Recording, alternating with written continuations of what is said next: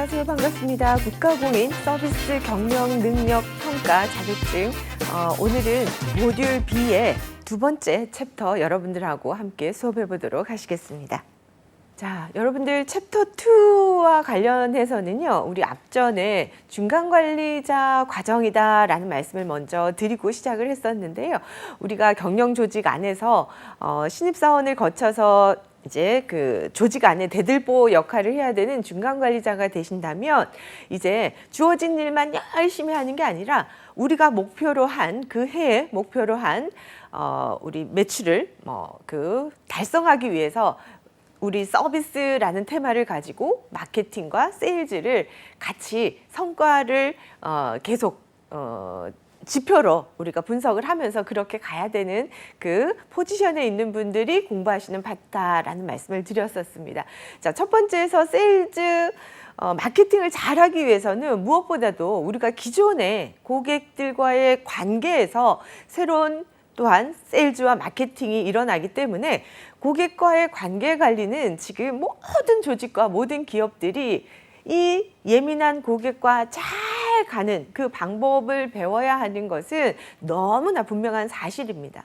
자, 그래서 이번 시간에는 고객과의 관계 관리를 그냥 단순한 우리 시스템 안에서 커스터머 릴레이션십 매니지먼트라는 시스템 안에서 글자로 존재하는 고객들이 아닙니다. 실제 구매가 일어나고 욕구를 일으켜서 좋다, 나쁘다 평가를 하는 그 살아있는 고객들과의 관계를 맺는 방법에 대해서 여러분들이 분명하게 잘 이해하고 계셔야 되기 때문에 첫 번째 우리 학습 목표는 이러하게 서비스 산업에서 고객이 잘 관리되어져야 되는 살아있는 존재라는 그 필요성과 중요성에 대해서 분명하게 인식하고 계셔야 하고요. 자, 고객들이 우리 기업에, 우리 조직에 어떤 경험, 이런 그 관계를 통한 경험 또는 제품을 사용한 경험, 모든 이런 그 과정에 있어서 고객들이 반응을 어떻게 하는지, 이들과 어떻게 오랫동안 관계를 끌고 가야 되는지, 이런 시스템들을 우리 같은 조직원들, 직원들과 지속적으로 우리가 성과를 낼 수 있는 그 방안들을 모색하실 수 있는 그 역량을 갖추셔야 되는 그러한 챕터다라는 말씀을 드립니다. 관계에 대한 이해부터 들어가도록 하겠습니다. 자, 고객 관계. 협소한 의미에 있어서는 제공자가 필요로 하는 사람에게 제공하는 이 모든 사이에서 일어나는 그 일들을 우리 관계라고도 할 수 있고요. 넓은 의미에서는 우리가 이러한 일을 하고 있어요. 이거를 사용하세요. 그리고 나서 사용할 때 어려우면 구매해서 문의해 주세요. 전중후 모든 과정이 다 포함되는 의미다라고 말씀을 드릴 수가 있습니다. 이례적으로 지금 당장 이렇게 구매하는 이 시점도 우리가 고객과의 관계가 이루어지고 있는 시점이고요. 자, 멀리 봤을 때는 지금 이 고객이 만족함으로 해서 재구매를 일으킬 때는 우리 제품과 우리 직원을, 우리 조직을 찾아서 다른 경쟁사에 가지 않고 우리 기업과 조직과 지속적으로 오랫동안 함께 갈 수 있도록 끌고 가는 파워가 매우 중요하다라는 그 의미에 대해서 여러분 기억하시고요. 이런 중요성에 대해서는 오지선다형으로 아주 빈번히 나오니까 여러분들이 전체 개념을 좀 정리하고 계십시오. 관계의 중요성에 있어서는 이렇게 5가지를 많은 학자들이 가장 중요한 테마다. 왜 중요한가? 자, 첫 번째로는 상호 이해가 구매자와 판매자 사이에서 제품을 이해하고 있는 고객과 그리고 고객의 성향을 이해하고 만드는 그 업체 간에 서로 간에 우리 고객들은 이런 걸 원해. 고객들이 원하는 걸 만들어줄 수 있는 그 역량을 가질 수 있겠죠. 그리고 고객들도 조금의 실수가 나더라도 포용할 수 있는 그러한 관계성을 우리가 가지고 가는 게 기업 입장에서도 굉장히 좋습니다. 그렇기 때문에 상호 이해가 되는 그러한 것들이 상호 좋더라. 자, 두 번째, 엑스트라 어텐션이라고 해서 EA라고 대부분 이렇게 우리 문서상에는 표기를 하는데요. 엑스트라 어텐션, 많은 고객들이 있지만 그 중에서 유독 무언가 불편을 느끼는 고객이 있다거나 사회적 약자가 있다거나 이럴 경우에는 조금 더 우리가 다르고 차별화된 서비스를 제공해야만 한다라는 걸 합당하게 서로 보편적인 인식을 가지기 위해서도 우리가 엑스트라 어텐션, 고객에 대해서 우리가 특별한 사항을 더 만족하게 함으로 해서 다양한 고객들을 끌고 갈 수 있는 그 힘을 가질 수가 있습니다. 자, 세 번째는 고객 관계에 있어서는 거짓 뭐 이렇게 과장 광고 뭐 이런 것들을 고객이 그 순간 신뢰가 깨지는 순간 등을 돌리게 되므로 우리가 진정성이라는 것은 뭐 말할 것도 없는 중요한 부분입니다. 그래서 제공자가 거짓되지 않게 과장되지 않게 진정하게 그 상품을 설명하고 고객과의 관계를 맺으려고 노력을 해야 되겠죠. 우리가 일반적인 관계에 있어서도 뭐 사소한 거짓말 이렇게 아무렇지도 않게 하는 분들과 관계가 오래 가는 건 쉽지 않잖아요. 모든 관계에 있어서는 기본적인 어떤 신뢰, 믿음 이런 것들이 매우 중요하다는 거 여러분 아시리라 봅니다. 하물며 경쟁 회사들이 너무 많은 우리 그 사회 조직 안에서는 당연하게 내가 언제까지 이렇게 해드리겠다라고 한 약속에 대해서 반드시 지켜내는 이러한 진정성이 굉장히 중요한 고객 관계의 핵심 요소다라고 말씀을 드리고요. 자, 능숙도가 있습니다. 우리가 잘 이렇게 일을 아주 자연스럽고 매끈하게 해내는 능력. 이게 참 하루아침에 개발되어지지는 않거든요. 그래서 우리가 스킬업이라고 하지 않습니까? 우리가 자전거를 타거나 피아노를 치는 이런 모든 일들도 어느 일정한 트레이닝 기간을 거쳐야 스킬업이 되고 응용이 가능해지거든요. 우리가 수많은 다양한 고객들을 만나지는 우리 현장에서 많은 고객을 대해본 직원과 그죠? 매뉴얼을 배워서 금방 이렇게 서비스하는 직원의 차이는 분명히 고객들이 느낍니다. 자, 그렇기 때문에 우리가 업무에 있어서 능숙해지려는 그 노력들은 반드시 필요하고요. 정말 많은 고객들이 같은 돈을 내고 내가 이 제품과 이 조직을 이용하는 이유는 뭐겠습니까, 여러분? 보상 심리가 존재합니다. 내가 지불한 만큼, 내가 차를 타고 여기까지 어렵게 온 만큼 나는 그 대가를 보상받기를 원하거든요. 자, 그러려면 아마추어한테 서비스 받거나 아마추어랑 일을 하는 것은 내가 손해본다라는 기본 기저에 깔리는 심리가 있습니다. 자, 그렇기 때문에 능숙하고 내가 지불하는 금액을 전문가가 능숙하게 해주기를 바라는 그 보상 심리를 채우는 그 과정에 있어서 고객과의 관계에서 제공자가 능숙도를 반드시 가져야 되는 게 매우 중요한 요소이기도 합니다. 자, 마지막으로 실패의 최소화라는 말씀을 드리는데요. 우리가 A 모듈에서도 중요한 테마로 제가 설명을 드린 적이 있는데요. 많은 고객들은 100 빼기 1은 99가 아니라 제로라고 생각한다고 말씀을 드렸죠. 아무리 100가지 일을 잘해도 하나의 실수에서 고객은 등을 돌리거든요. 그렇기 때문에 우리가 가능한 하지 않아야 되는 실수는 최소로 하지 않아야 된다라는 걸 모든 직원들이 머리에 인식을 하고 업무 현장에서 접점에서는 고객을 그렇게 우리가 실수하지 않는 범위에서 능숙한 업무 태도로 정말 진정성 있게 그리고 다양하게 차별이 필요한 고객들까지도 포용하면서 고객들과 함께 상호 이해를 오랜 시간 함께 가기 위해서 만들어가는 과정이 비즈니스에는 매우 중요하다. 특히나 서비스 산업 안에서는 더 중요한 시대가 되었다라는 말씀을 드립니다. 자, 고객 관계 강도라는 말 여러분들 생소하게 들으시는 분들도 있으실 텐데요. 우리도 친구들 있죠. 저 친구는 그냥 남사친, 저 친구는 진짜 친구, 뭐 절친, 뭐 이렇게 우리가 친구를 표현하는 용어에 있어서도 다양한 그 강도를 나타내는 표현들이 있는데요. 고객과의 관계도 마찬가지입니다. 저 같은 경우에는 그 모 서점에 저희는 이제 교육을 하다 보니까 계속 트렌드를 놓치고 갈 수는 없거든요. 그래서 서적에 플래티늄 그죠? 고객으로 계속 그 다음에 이제 골드, 뭐 실버 이렇게 고객의 등급이 나눠져 있죠.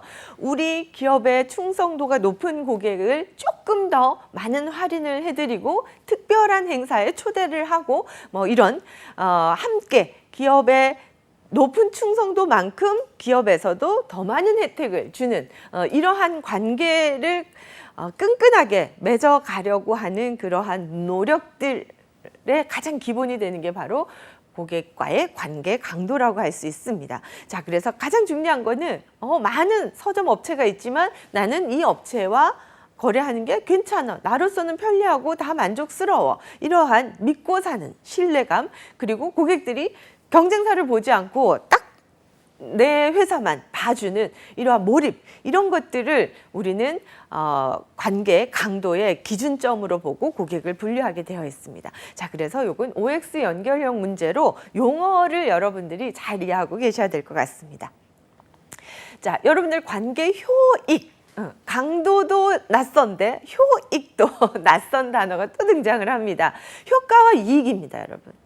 저 사람과 관계를 맺었을 때 우리가 일반적인 그냥 그 비즈니스 관계가 아닌 경우에는 내가 좀 손해를 보더라도 내가 더 챙겨줘야 되더라도 그냥 저 사람이 좋으면 갈 수 있지만 함께 가는 시기가 길어질 확률이 그래도 일반적인 관계에서는 있습니다. 하지만 비즈니스 안의 관계에 있어서는 서로에게 효과와 이익이 나지 않는다면 언제든지 끊어지는 그런 관계겠죠. 그죠?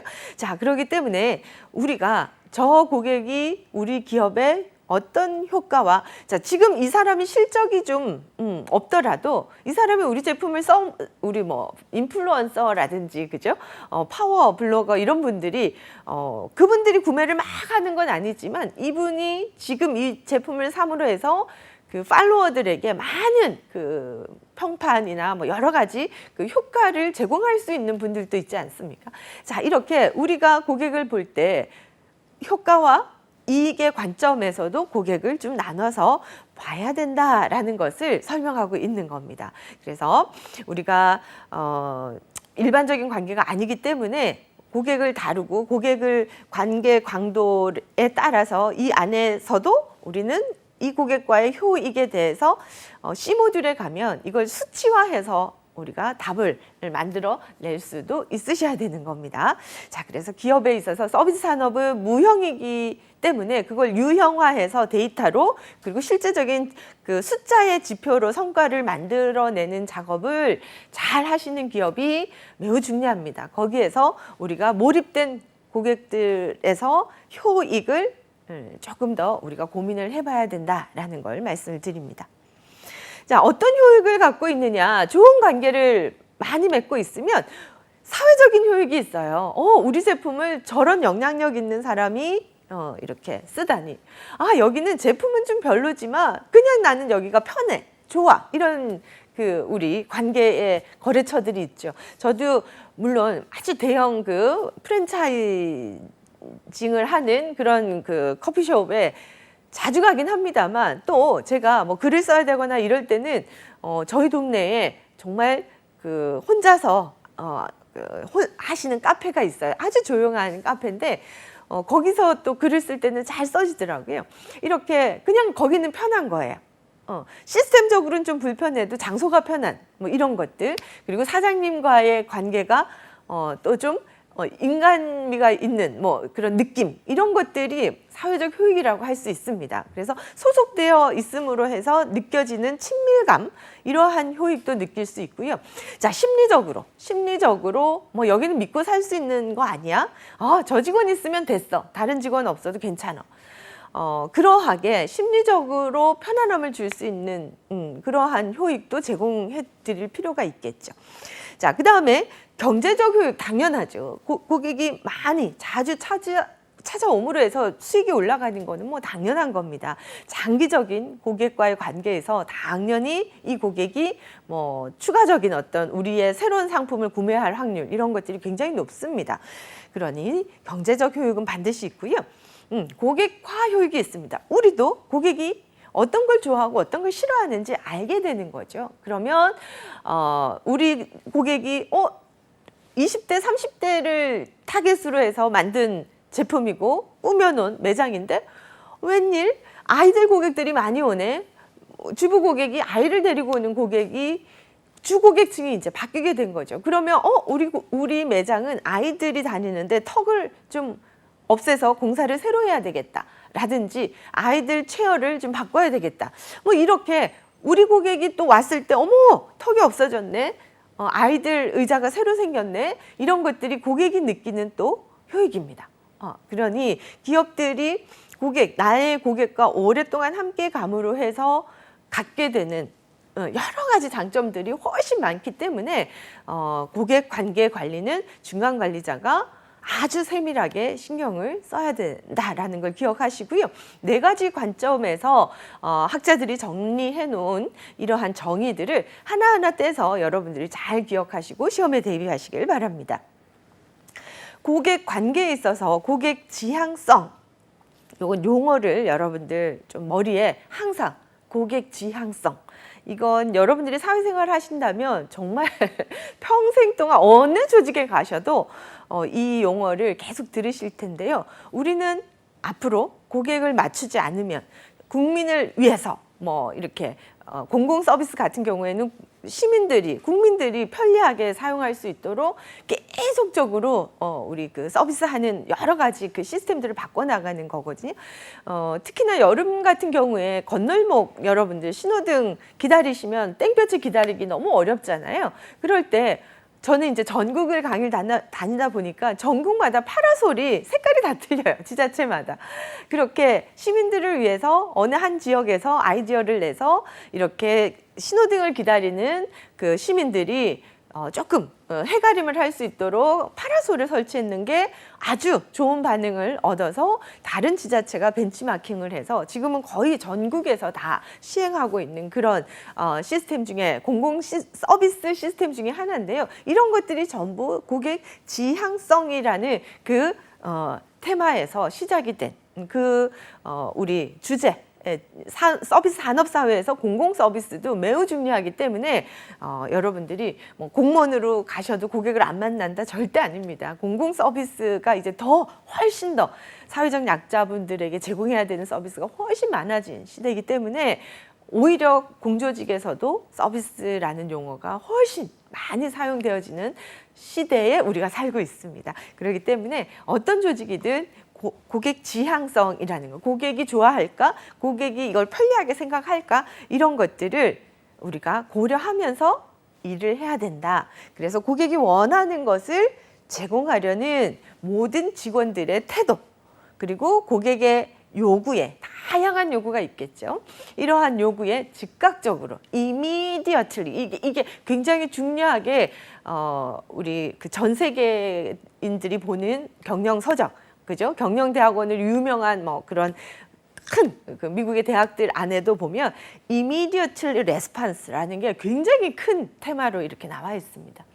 그래서 내가 하던 일을 멈추고 고객의 질문에 즉각적으로 반응을 해주고 어떻게 해서든지 그들을 도와주려는 친절도, 대하는 태도가 정겹게 귀찮아하지 않고 이러한 태도들이 고객 지향성의 가장 기본적인 바탕이라는 거죠. 그렇기 때문에 A 모듈에서 눈을 마주치고 우리가 고객을 대해야 되는 그 태도들을 몸의 습관으로 익히셔야 된다는 말씀을 또 드립니다. 자, 지향성 반드시 용어를 기억을 하시길 바랍니다. 거래관계라는 걸 잊으시면 안 된다는 거예요. 우리가 거래관계가 가족화돼 버리잖아요. 충성 고객에서 넘어서면 가족화되는 거예요. 제가 그 헤어 원장님들 강의를 가서 모니터를 일단 이렇게 갔는데 정말 가족처럼 그 거의 매일 머리를 감으러 오시는 그런 고객들은 거의 집이나 뭐 그 샵이나 거의 동일시 하시는 분들이잖아요. 이런 분들은 거기서 이제 식사도 하시고 뭐 거의 가족이신 거예요. 직원들하고 같이 뭐 이렇게 하시는데 어느 순간 있죠. 언니 동생 하는 순간 이렇게 뭔가 틀어져서 굉장히 오해가 생기고 큰 고객을 잃게 되고 이러한 케이스를 뭐 이런 그 샵뿐만이 아니라 많은 곳에서 저는 봐왔습니다. 그래서 일을 하러 우리가 나와서 그죠? 비즈니스 상에서 관계 맺는 그 관계선상에 있는 사람들 그리고 특히 그냥 일반적인 비즈니스 안에서도 만나지는 사람들은 적정의 선을 넘지 않으려고 서로 굉장히 노력을 하셔야 되는 겁니다. 친절은 하되, 그죠? 일만 하고 탁 드라이하게 그렇게 선을 그으라는 말씀이 절대 아닙니다. 좋은 관계를 맺되 상대가 불쾌하거나 상대방이 배려되지 않는 상황에서는 절대 넘으시면 안 된다는 그 말씀을 드리는 겁니다. 자, 그래서 반드시 좋은 관계를 계속 이야기하는데 그 기저에 깔려있는 정확한 선은 우리는 거래관계라는 겁니다. 자, 그래서 이 거래관계 안에서 장기적이고 지속적으로 거래관계를 좋은 관계를 그죠? 꾸준하게 오래 유지하는 것은 매우 어렵기 때문에 B모듈에 있어서 그 어려운 것들을 중간관리자들은 반드시 역량을 갖추시라라는 그 의미로 여기에 테마로 나와 있는 겁니다. 자, 그래서 여러분들이 거래관계라는 거 기억하시고요. 장기적인 거래관계, 자, 장기적으로 고객을 쭉 우리는 끌고 가야 되는데요. 참 쉬운 일은 아닙니다. 여러분도 한번 생각해 보세요. 어릴 때부터 절친이었던 친구들이 뭐 10년, 20년 만나지고 막 이러기가 쉽지는 않거든요. 저도 고등학교, 대학 때 친구들 거의 지금 뭐 만나지는 친구들이 많지 않습니다. 뭐 다 개인적인 사정이 달라지고 환경이 다르다 보니 좋은 관계를 끌고 가고 싶은 친구들도 놓치게 되는 상황들 생기잖아요. 하물며 비즈니스 상에서 고객을 장기적으로 좋은 관계를 계속 유지하면서 끌고 간다? 기업들이 얼마만큼 많은 노력을 해야 되는지는 제가 설명을 안 드려도 여러분 감으로 좀 느껴지실 텐데요. 자, 거래관계를 반드시 해야 되는 우리가 산업사회에 살고 있는 거고요. 기업에게 이런 이점이 반드시 있기 때문에 우리는 끌고 가야 되는 거. 자, 고객들도 마찬가지입니다. 내가 좋은 제품을 계속 쓰고 싶죠. 제가 정말 좋아하는 칼국수 집이 있어요. 칼국수 집의 할머니가 지금 거의 90세가 되셔서 아들에게 물려주셨는데 할머니 때의 그 맛은 아니에요. 솔직하게. 네. 뭐 더 정갈해지고 트렌드에 따르긴 했지만 그 할머니가 직접 하실 때의 그 칼국수 맛과 지금 그 자녀분이 물려받았을 때의 맛은 고객인 저는 그 차이가 느껴지거든요. 자, 그런데 그럼에도 불구하고 이 집은 제가 죽을 때까지 내가 언제든지 이 국수가 그리울 때 이 집이 여기 있었으면 좋겠는 거예요. 이해되시죠? 자, 이렇게 고객도 그 국수 한 그릇에서 받을 수 있는 그 위안도 있고요. 뭐 거기에 같이 국수를 먹었던 사람과의 어떤 그 추억의 회상, 뭐 여러 가지들이 있지 않습니까? 그죠? 저도 어릴 때 저희 아버지가 저를 데리고 갔던 뭐 돼지갈비집, 그걸 어른이 돼서 또 찾아가고 막 이러거든요. 자, 이렇게 우리가 고객들이 하나의 제품을 신뢰할 수 있는 제품을 오래 쓰면서 그게 개인의 삶의 역사와 함께 가지는 그 의미가 되는 거거든요. 자, 그러니 고객이 가지는 이점도 분명히 있고 기업이 가지는 이점도 반드시 있기 때문에 좋은 제품을 잘 만들어서 고객이 적절한 지불을 해서 같이 가는 게 자본주의에선 가장 이상적인 겁니다. 기업이 이윤을 더 남기기 위해서 조금만 바꿔도요, 고객은 금방 알고 경쟁사 제품을 이용하게 되고요. 또 고객도 너무 얌체 같이 또 막 이렇게 하면 기업들이 어려우니까 어떻게 돼요? 그러면 또 다른 고객들을 찾아 헤매고 뭐 이렇게 되면서 서로 악순환이 되는 겁니다. 자, 시험에 너무 많이 나오기 때문에 제가 이렇게 여러분께 열심히 말씀을 드렸고요. 우리 제품이 이거다라고 마케팅할 필요도 없죠. 그래서 마케팅 비용을 감소할 수 있고 우리 고객에 대한 이해의 증가가 기업이 있기 때문에 우리 고객들이 좋아하는 걸 계속 나는 거기 맞출 수가 있는 거예요. 그래서 고객화 서비스, 고객이 원하는 걸 제공할 수도 있고 서비스 제공 단계를 최소화, 고객이 싫어하는 걸 내가 10가지를 판매하다가 우리 고객은 5가지 정도를 좋아해. 그러면 여기에 잘하는 거에 집중할 수가 있는 거거든요. 자, 그렇기 때문에 서비스 제공 단계가 간소화되고요. 또 새로운 제품을 만들었어요. 그러면 교차 판매, 요거를 기존에 이용하던 고객에게 새로운 제품을 또 소개해서 그 판매가 넘어올 수 있도록 이런 교차 판매. 자, 조금 더 고가의 어떤 제품을 만들어냈어요. 그러면 업세일도 가능한 거래 관계. 왜? 이 제품은 믿을 수 있기 때문에 고객이 떠나지 않는 거거든요. 자, 그래서 고객과의 관계에 있어서 장기적인 관점에 기업이 주는 이점은 이렇게 섞어서 시험에 나오기도 하고요. 아주 다른 내용이 또 믹스해서 오지선다로 나올 확률이 굉장히 높습니다. 자, 고객이 가지는 이점도 있습니다. 고객도 좋은 제품을 오래 쓰고 싶은, 다른 거 굳이 내가 시간 들여서 찾아보지 않아도 돼. 탐색 비용이 감소하고요. 사회적 편익 다 알고 있기 때문에 불편함 없이 나는 그걸 사용할 수가 있는 편익, 그리고 단골 고객으로서의 어떤 특별 대우. 서비스 제공자가 지금 어떤 상태다 서로 간에 그 상호 이해, 학습이 되어 있어서 편한 그런 학습 비용이 감소되고요. 고객화 서비스, 내가 계속 좋아하는 걸 여기서 제공해 주기 때문에 좋죠. 자, 고객화의 서비스를 내가 혜택을 받을 수가 있고요. 말하지 않아도, 그죠? 제가 가는 백반집의 사장님도 꼭 제가 그 계란 달걀 후라이를 굉장히 좋아하는데요. 가면 그냥 쓱 해서 하나 갖다 주실 때 있어요. 자, 이런 게 말하지 않아도 요청 단계가 간소화되는 거 여러분 잘 아시리라 봅니다. 그리고 실패할 확률이 줄어드는 위험의 감소. 자, 이 부분은 시험에 비모듈에서는 진짜 별 5개짜리 내용이기 때문에 여러분들 잘 기억하시고 시험에 대비하시길 바랍니다. 서비스 접점에서의 삼각구도가 있습니다. 서비스 조직이 파워를 가지느냐. 우리 지금 보시면은 우리 4차 산업을 알고리즘을 다 알고 우리가 사용하진 않잖아요. 사용자는 많지만 이 알고리즘으로 프로그램을 만드는 서비스 조직이 파워를 가지고 있기 때문에 여기서 만든 걸 소비자들이 쓸 수밖에 없잖아요. 자, 서비스 조직이 파워를 가진 그러한 곳에서 만들어낸 것은 어쩔 수 없이 고객들이 사용해야 되기 때문에 여기가 파워를 좀 가지고 있는 거고요. 자, 우리가 비행기를 타고 갔을 때 비행기에 딱 앉아가지고 우리가 내가 원하는 목적지까지 쭉 가면서 직원의 태도 있죠. 직원의 태도가 고객들의 만족과 불만족을 가름하는 굉장히 중요한 요소가 되기 때문에 자, 이렇게 대면 서비스에 있어서는 현장 종업원의 파워가 굉장히 중요한 겁니다.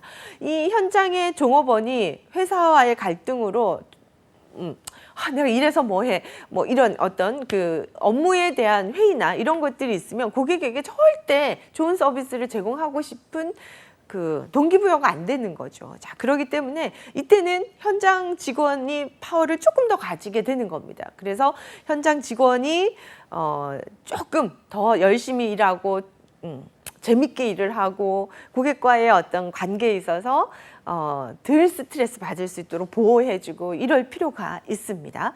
자, 고객이 파워를 가지는 경우도 있죠. 그죠? 고객이 그죠? 아주 고가의 물건을 이렇게 구매할 고객이라든지 이렇게 지금처럼 많이 만들어내는데 고객은 적어요. 고객들이 어느 제품이든 구매할 수 있는 시대에는 고객이 파워를 가지고 있다라고 해도 무방하죠. 그렇기 때문에 전 세계의 기업들이 다 뭡니까? 고객 지향성에 대해서 입이 닳도록 이야기하고 있는 겁니다. 자, 그래서 파워와 연관되어서 여러분들이 좀 생각을 하셔야 됩니다.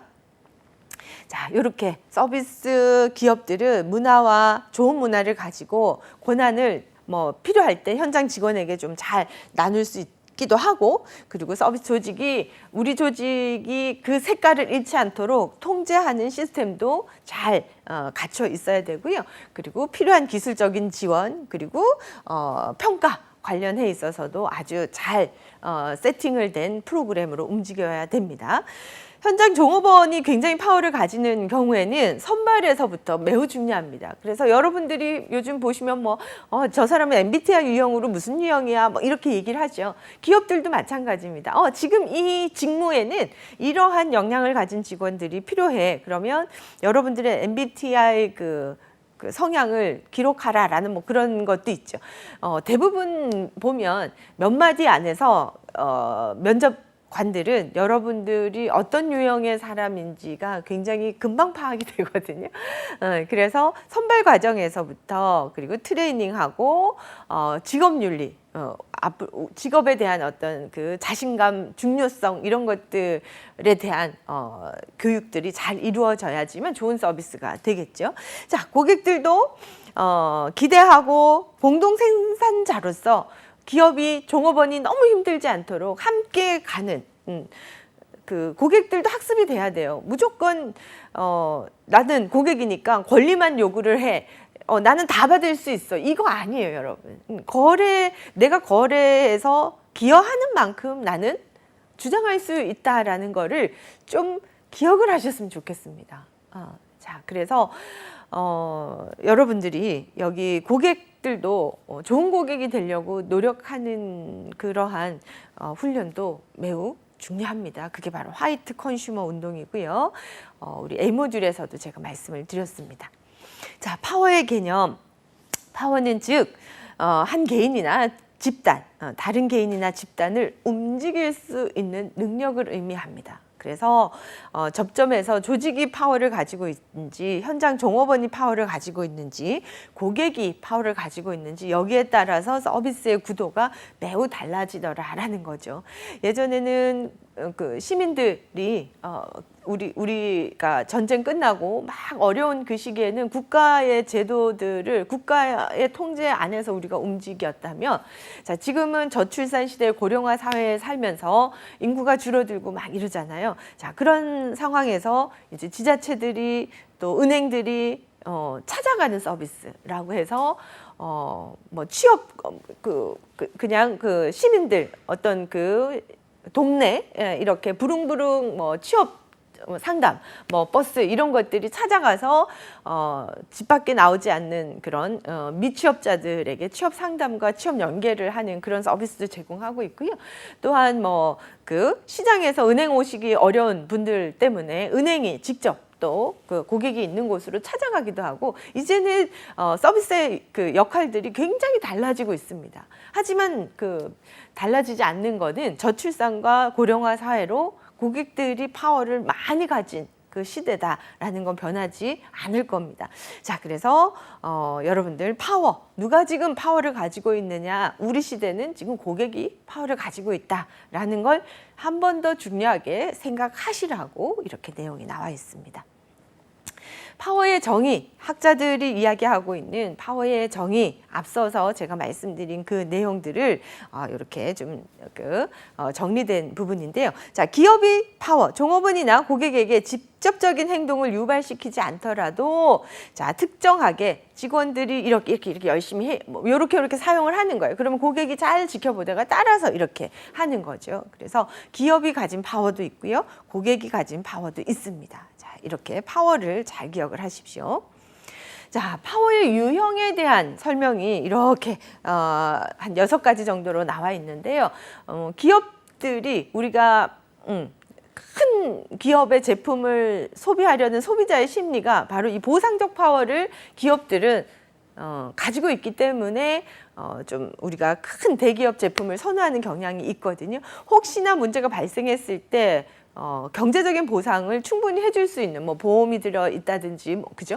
이러한 그 보상적 파워가 있기 때문에 우리는 고객이 이용할 수 있는, 그래서 기업이 아무래도 큰 기업들이 고객들이 더 많이 살아남는 이유 중에 하나가 이 파워를 가지고 있기 때문에 고객은 안심하고 이용하는 그 심리가 이어지는 겁니다. 자, 강제적 파워도 있습니다. 우리가 지금 코비드 시대를 넘어오면서 마스크를 끼고 실내에서 뭐 이렇게 좀 이야기하십시오. 뭐 이렇게 우리 커피숍에서도 직원들이 그렇게 이야기를 하죠. 이런 것들은 뭐 사회적으로 지금 우리가 강제적으로 다른 고객들과의 어떤 불편한 모든 것들을 고려했을 때 파워를 행사할 수 있습니다. 자, 우리가 제일 신경 써야 되는 게 바로 전문적 파워입니다. 전문적 파워. 여러분들 전문가가 되시기 위해서 지금 자격증 공부하시는 거거든요. 우리가 학교를 우리가 능력 중심 사회라는 그 이야기 여러분 많이 들어보셨을 텐데요. 이제는 대한민국이 고학력 시대가 되면서 대학을 졸업한 분들이 대학 교육까지 마치신 분들이 굉장히 많은데요. 학력을 졸업했다고 역량이 다 갖춰지지 않기 때문에 저 사람이 전문가라는 걸 어떻게 증명할 거야 라는 게 바로 능력을 증명해봐. 이게 바로 라이센스인 거예요. 그래서 자격증을 취득하고 있는 사람은 공부 좀 했는데 저 사람 알고 얘기하는 거구나 라고 저 사람의 말을 신뢰하게 되는 거죠.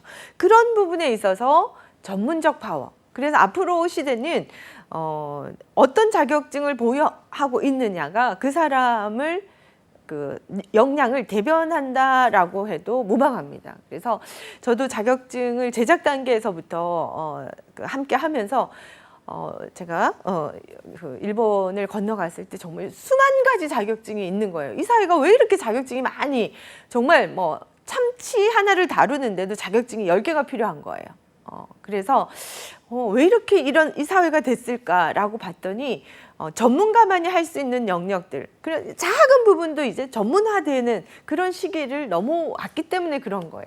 그래서 우리나라도 이제 그런 시대로 지금 지나가고 있는 시점이지 않을까라는 생각을 합니다. 아이를 케어하더라도 내가 아이를 길러봤기 때문에 그냥 케어하는 게 아니라 보육이나 어떤 유아 교육 관련한 자격증을 보유한 사람이 케어해 줬을 때 더 부모가 안심하고 맡기는 이런 시대에 우리가 살고 있는 겁니다. 그래서 여러분들이 반드시 살아가시면서 내가 궁금한 분야가 생기시면 자격증까지 취득하시는 그 연습?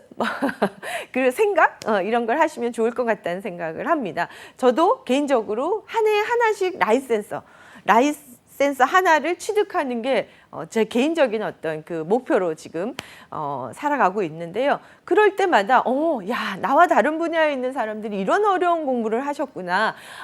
이거는 내가 이해 못했던 부분인데 그 분야에서 일하시는 분들이 이해가 되기도 하고 그렇습니다. 그래서 전문가들이 서로 이해가 되는 그러한 사회로 가고 있음을 여러분들이 인식하시고요. 전문가들이 나와서 이야기할 때 많은 고객들은 수긍을 합니다. 자, 그래서 서비스 분야에서 가장 유일한 여러분들 경영 자격입니다. 그래서 여러분들이 반드시 C모듈까지 욕심을 내셔서 취득하시라고 추천을 드리고요. 자, 전문적 파워가 굉장히 강한 시대에 있습니다.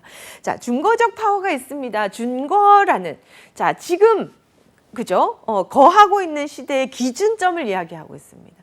예전에 우리 부모님 세대의 미인의 기준점과 지금 우리 시대의 미인의 기준점이 좀 다르죠. 지금 준거, 지금 우리 사회에 거하는 사람들 사이에서의 기준점, 그 얘기를 하는 겁니다. 자, 그래서 준거적 파워라고 했을 때 우리가 왠지 저 기업은 고가지만 뭔가 매력이 있어. 이런 것들도 지금 기준에선 그게 매력이 있는 거예요. 그 준거적인 파워, 그 지역의 엄마들이 파워를 가지고 있는지, 여기는 또 대학생들이 파워를 가지고 있는지, 뭐 이런 것들이 다 준거적 파워라고 이야기할 수가 있습니다. 자, 5번째로 합법적 파워가 있습니다. 이건 뭐 당연하죠. 그죠? 법에 어긋나는. 그래서 기업들이 룰을 정해서, 고객에게도 이런 걸 지켜주십시오라고 했을 때 고객도 학습을 해서 우리가 좀 따라가 줘야 되는 그러한 시기들이 있죠. 저는 지금이지 않을까라는 생각을 합니다. 자, 정보적 파워가 있습니다. 당연히 정말 지금처럼 정보 능력이 이렇게 뛰어난 시대는 아마 역사상 이렇게 찾아보기 힘들 정도로 내 손 안에 전부 서치할 수 있는 파워를 다 가지고 있잖아요. 저 같은 경우도 이렇게 마켓에 가서 무언가 물건을 구매할 때 저 물건이 제가 생각했던 것보다 집에서 서치해봤던 것보다 제가 좀 비싸다 느끼면 이상한데? 그리고 그 자리에서 제가 서치하면서 비교 분석을 하는 거예요. 그리고 지금은 고객들 손 안에 정보적 파워가 지니고 있다는 걸 조직이나 기업이 반드시 아셔야 됩니다. 그래서 정보를 이렇게 과하게 포장을 해서 마케팅을 한다든지 그러시면 절대로 안 된다라는 말씀을 드리는 거죠. 서비스 접점에서 우리가 파워라는 것은 힘겨루기는 고객도 절대 손해보기 싫고 기업이나 조직도 일단은 우리가 그 이윤 창출을 해야 되고 목표 성과에 우리가 더 이익을 남기면 좋겠고 이러한 아주 팽팽한 긴장감 속에서 비즈니스는 이루어지는 거거든요. 자, 그렇기 때문에 파워에 대한 개념을 여러분들 정의부터 시작을 해서 유형까지도 잘 기억을 하시길 바랍니다. 고객 관계 관리의 이해로 들어가겠습니다. 고객 관계 관리, 앞서서 설명을 다 드린 이 관계를, 고객과의 관계를 잘 매니지먼트, 관리해야 된다라는 이야기를 하는 파트입니다. 자, 경영 기법입니다. 신규 고객이 들어왔죠. 그러면 기존 고객과 잘 융화해서 기존 고객에서 충성 고객으로 더 오랫동안 끌고 가기 위해서 고객의 요구와 행동을 잘 분석하고 엑스트라 어텐션이 필요한 개별 고객의 특성에 맞춰서 마케팅을 잘 기획하고 실행을 해야만 기업이 살아남는다라는 경영 관리 기법입니다. 자, 그래서 용어 여러분 OX 연결형 문제로 많이 나오기 때문에 영어로 Customer Relationship Management, CRM과 함께 같이 외워두시기를 바랍니다. 자, 학자들은 한번 읽어보시는 걸로 지나가시면 될 것 같습니다. 자, 핵심 개념. 첫 번째로는 고객 관계 관리가 필요한 거는 기업이 제일 중요하죠. 수익의 극대화가 목적입니다. 우리 조직이 건강하게 직원들의 월급이 제때 나가서 오랫동안 잘 운영될 수 있는 가장 근본적인 미천이 고객의 소비인 거죠. 그죠? 고객이 써줘야지만 수익이 발생하지 않습니까? 자, 그래서 수익의 극대화가 목적이고요. 고객을 분별하고 세분화해서 차별화돼서 아주 한 사람 한 사람 다 우리가 맞춰줌으로 평생 같이 가는 그런 고객과 관계를 만들어 가자. 자, 장기적으로 우리는 고객과의 어릴 때 썼던 사람이 커서도 쓰고 늙어서까지 함께 갈 수 있는 그러한 관계를 만드는 것은 사장님 혼자 하는 것도 아니고 접점 직원 혼자 하는 게 아니라 누가요? 전사적으로 전체 사원이 모두 다 중요성을 이해하고 같이 가야 된다라는 말씀을 드립니다. 발전 과정이 있습니다. 과정 전체가 시험에 막 아주 이렇게 디테일하게 나오지는 않을 텐데요. 여러분들이 90년대 초반에 이때부터 이제 등장하기 시작을 한 겁니다. 70년대, 80년대 우리나라에 공장들이 막 제조업이 막 돌아서 돈이 대한민국에 돌기 시작을 했습니다. 그래서 너무나 열심히 대한민국을 발전시킨 그 노고에 88년 올림픽 기억나시죠? 우리 88 올림픽을 기점으로 해서 대한민국이 우리나라가 전쟁의 흔적에서 벗어나서 이제 이 정도 경제 성장을 이뤘다라고 전 세계에 대한민국을 이렇게 알린 그러한 큰 세계적 행사가 88 올림픽이었는데요. 그때부터 전 세계의 많은 기업들이 한국과 관계 맺기를 이제 시작을 하면서 우리나라 사람들이 예전에는 한국 화장품만 사용했어. 그런데 이제는 프랑스 화장품도 좋고 미국 화장품도 좋고 이제 소비자들도 이제 해외에 구매를 시작을 하게 되고요. 해외 시장도 한국에다 팔 준비를 하게 된 거죠. 자, 그때부터 해외 기업들이 고객과의 관계 관리를 이렇게 하는구나라고 이제 관계의 중요성이 대두된 시기입니다. 자, 이렇게 해서 제품만 광고해오다가 어떻게 해요? 직접 찾아가서 우리 제품 너무 좋아요 라고 마케팅을 했고요. 자, 그 다음에 요 사람들에게 팔면 되겠다 라고 표적 마케팅을 해오다가 안 되겠어. 우리 고객들을 다 시스템 안에 넣어야 되겠어. 그래서 우리가 2000년대 들면서는 88년 올림픽 넘어서서는 우리나라가 이제 하드웨어는 도로를 내고 건물을 짓고 아주 우리가 한국이 경제 성장의 그 틀을 만든 거고요. 88년 올림픽 그 이후로 90년대, 2000년대 들면서는 전자공학과, 뭐 전기학과, 그 컴퓨터공학과 이렇게 시스템 학과들이 이제 필요하게 된 겁니다. 세워진 건물 사이로 시스템이 들어가게 된 거죠. 그래서 시스템 안에 고객들을 이제 데이터로 집어넣기 시작을 한 겁니다. 그래서 우리 80년대는 하드웨어, 건물을 짓고 건축학 이런 전공들이 힘을 쓰는 그 산업들이 발달을 했다면 90년대, 2000년대를 들면서는 그 안에 시스템을 세팅하는 시대로 넘어오게 된 겁니다. 자, 2020년 이후에는 어떨까요, 여러분? 전 세계와 연결되어 있는 망 안에서 우리는 어떻게 해요? 그들이 원하는 걸 듣고 소통을 하면서 관계를 밀도 있게 하면서 팔아내야 되는 거예요. 전 세계의 많은 그 국제적 기업들과 우리는 상대를 해야 되는 그런 시대에 적극적으로 팔려는 직원, 그죠? 그리고 귀찮은 고객들도 엑스트라 어텐션으로 잘 대응하는 직원이 필요한 서비스 산업 시대이기 때문에 우리가 우리 자격의 그 공부는 어느 분야에서건 필요하다라는 말씀을 드립니다.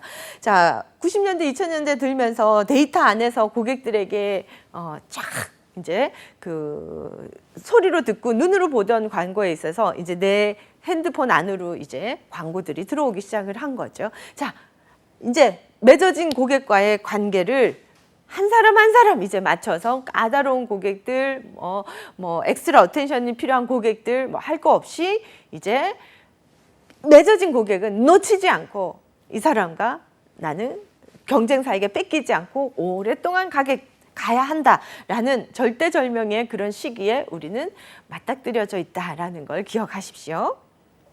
자, 그래서 CRM의 관계 관리가 필요한 가장 근본적인 기업의 이유는 수익의 극대화입니다. 그렇죠? 기업이 성장하는 데는 가장 기본적으로 자본이란 것이 필요하잖아요. 그죠? 그러니까 자본의 원천은 고객들의 주머니인 거예요. 그러니 기업의 수익 극대화를 위해서 당연하게 고객을 모르고서는 수익이 극대화될 수 없는 그런 시대다라는 거. 자, 고객을 세분화하고 차별화해서 어떤 고객도 놓치지 않는 것들. 자, 그다음 고객 확보 전략이라고 해서 여러분들이 용어를 요거는 OX 연결형으로 나오는 문제라 제가 빨간색으로 표기를 했는데요. MGM 기법. 멤버 get 멤버. 기존의 멤버가 get 다른 new 멤버를 get 데려오는 거예요. 자, 이 기법은 기존 고객을 만족시키지 않으면 절대 일어날 수 없는 일이죠. 자, 그래서 고객을 확보하는데 기존 고객의 역량이 필요하더라. 그 고객을 지금 경쟁사들이 너무 좋은 제품들을 많이 만들어내고 있는데 그 경쟁사들에게 고객을 뺏기지 않으려면 기존 고객의 유지는 이제는 뭐 정말 너무 중요합니다. 심지어 공공 서비스에서도 지자체의 수익은 물론 뭐 여러 가지가 있겠지만 주민들이 많이 살아서 주민세 그죠?